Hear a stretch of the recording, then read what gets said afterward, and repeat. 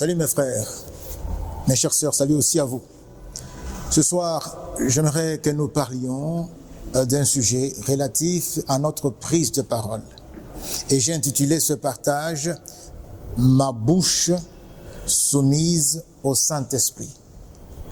Ma bouche soumise au Saint-Esprit. En effet, s'il est un domaine dans lequel nous brillons par notre manque de maîtrise, un domaine où très souvent nous péchons, c'est dans la prise de la parole.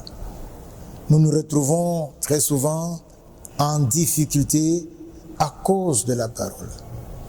Les Écritures nous disent que lorsqu'on parle trop, on ne manque pas de péché. C'est un domaine, la prise de la parole, où nous avons besoin de focaliser notre maîtrise, notre tempérance, notre contrôle. Qui parle de la prise de la parole parle également de la langue. Et de la langue, il en est question abondamment dans les Écritures. J'ai pris le passage de l'épître de Jacques, au chapitre 3, à partir du verset 5. Jacques 3, 5 à 12, voici ce qui est dit de la langue. De même, la langue est un petit membre et elle se vante de grandes choses. Voici comme un petit feu peut embraser une grande forêt. La langue aussi est un feu. C'est le monde de l'iniquité. Écoutez ce qui est dit de la langue. La langue est placée parmi nos membres, souillant tout le corps et enflammant le cours de la vie, étant elle-même enflammée par la géhenne.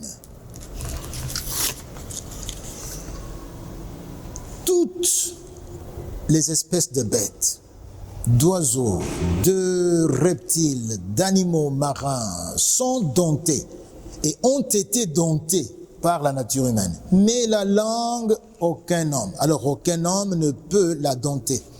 C'est un mal qu'on ne peut réprimer.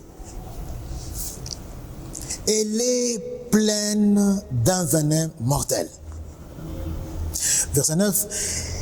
Par elle, nous bénissons le Seigneur, notre Père, et par elle, nous maudissons les hommes faits à l'image de Dieu. De la même bouche sortent la bénédiction et la malédiction. Il ne faut pas, mes frères, qu'il en soit ainsi. Je reviens, il ne faut pas, mes frères, mes sœurs, qu'il en soit ainsi. La source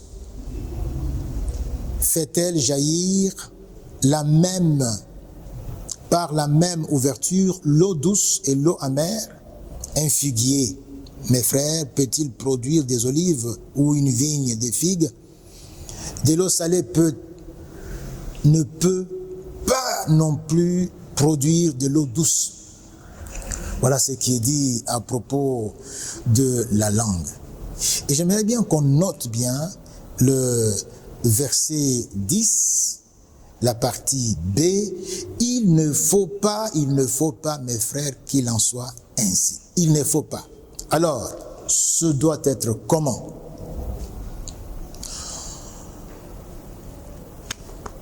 D'abord, parlons du mauvais usage de la langue. Comment est-ce que très souvent, je parle bien dans les milieux chrétiens, qu'est-ce qu'on attend? Je ne parle pas de milieux non chrétiens, c'est de chez nous qu'il est question. Dans les milieux chrétiens, j'ai noté ici de A jusqu'à Z, presque jusqu'à Z, les usages non recommandables mais mauvais de la langue. Nous avons les vaines paroles, les paroles méchantes, les insultes, les grossièretés, la légèreté, les plaisanteries déplacées, les médisances, Quand je parle de plaisanterie, on dit, mais est-ce qu'on ne peut pas blaguer? Oui, mais quand vous blaguez, il y a toujours un qui consomme, qui encaisse. Vous blaguez, vous riez, mais il y a un qui a encaissé. Les médisances, je disais, la calomnie, le mensonge, les flatteries, avec la langue on vient, on dit des paroles douces, on danse, on chante, les flatteries, le blasphème, les parjures, le faux témoignage. Tu es là au tribunal, mais tu donnes un faux témoignage qui n'en est pas un, pour un intérêt donné. Les demi-vérités. Une demi-vérité est un mensonge consommé.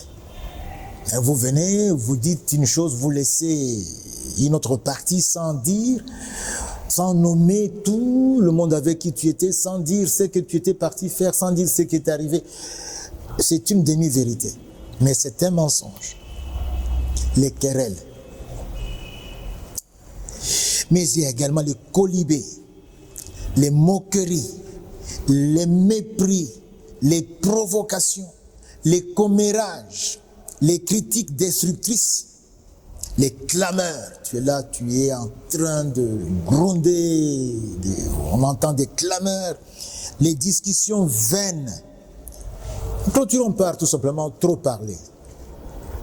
Il y a une expression dans les milieux de la sagesse humaine, on dit, écoute, trop parler peut tuer. Trop parler. Je veux tout simplement vous faire entendre ce que le Seigneur Jésus dit. Dit de nos paroles. Il en parle en beaucoup d'endroits, mais j'ai choisi Matthieu 12, 36 et 37. Jésus dit ceci, je vous le dis, au jour du jugement, les hommes rendront compte de toute parole vaine qu'ils auront proférée. Car par tes paroles, tu seras justifié et par tes paroles, tu seras condamné. Mon frère, ma sœur, on peut se poser la question, que faire? D'abord, il faut donc noter ce triste constat. Quel est le triste constat? C'est que il y a l'incapacité naturelle de l'homme à dompter sa langue. Naturellement, il y a cette incapacité. L'homme n'est pas en mesure de dompter sa langue. Quand on y va avec les armes humaines, on va tout simplement constater qu'on échoue.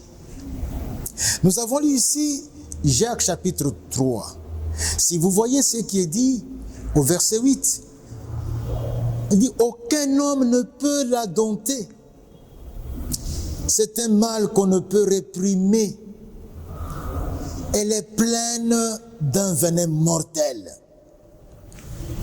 Par elle, nous bénissons le Seigneur, notre Père, et par elle, nous maudissons les hommes faits à l'image de Dieu. » Avez-vous vu déjà quelqu'un qui dit que j'aime les manguiers puisqu'il y a le grand manguier, mais quand il voit le tout petit manguier, il les coupe, il les enlève. Non, mais si tu aimes les manguiers, tu dois aimer aussi les petits manguiers, les pousses.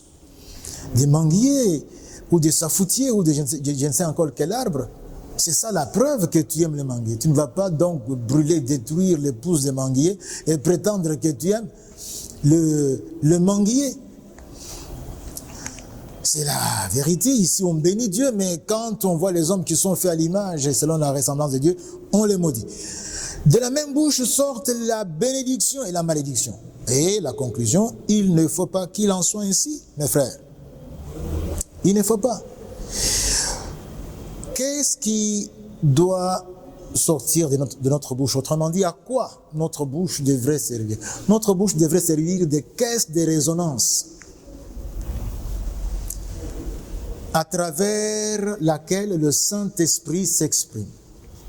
Là, on aurait quoi? On aurait les louanges, on aurait les adorations, on aurait les oracles de Dieu, on aurait les instructions utiles, on aurait des bénédictions Quand on s'exprime, c'est pour bénir et non pour maudire.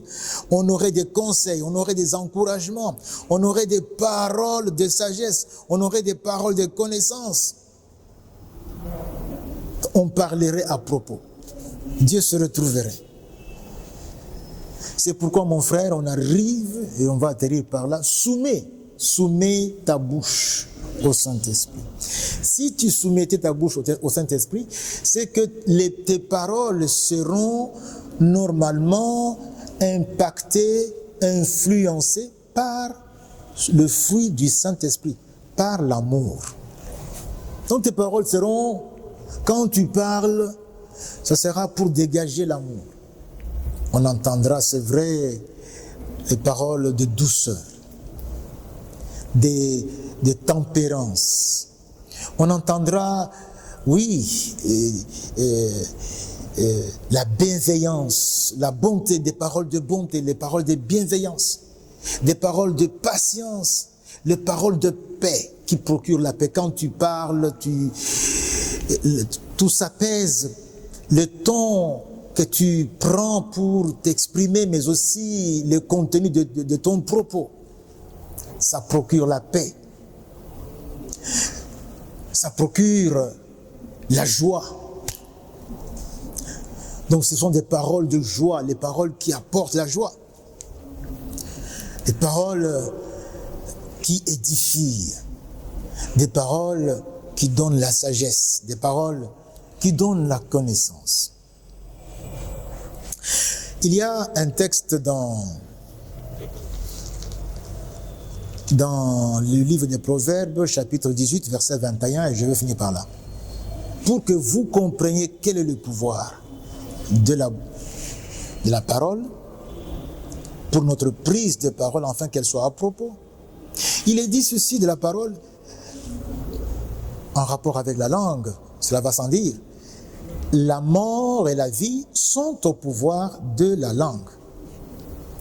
Mes frères, il y a eu tout le meurtre, tout ce qu'il y a eu comme séparation, tout ce qu'il y a eu comme haine, tout ce qu'il y a eu comme querelle, c'est causé par la langue. Par la langue. La langue l'a causé. Alors, la mort et la vie sont au pouvoir de la langue. De même aussi que la langue a été à la base de la réconciliation quand on a utilisé les paroles à propos. La langue a noué des relations qu'il n'y avait pas entre les personnes. La langue a fait du bien. La mort et la vie.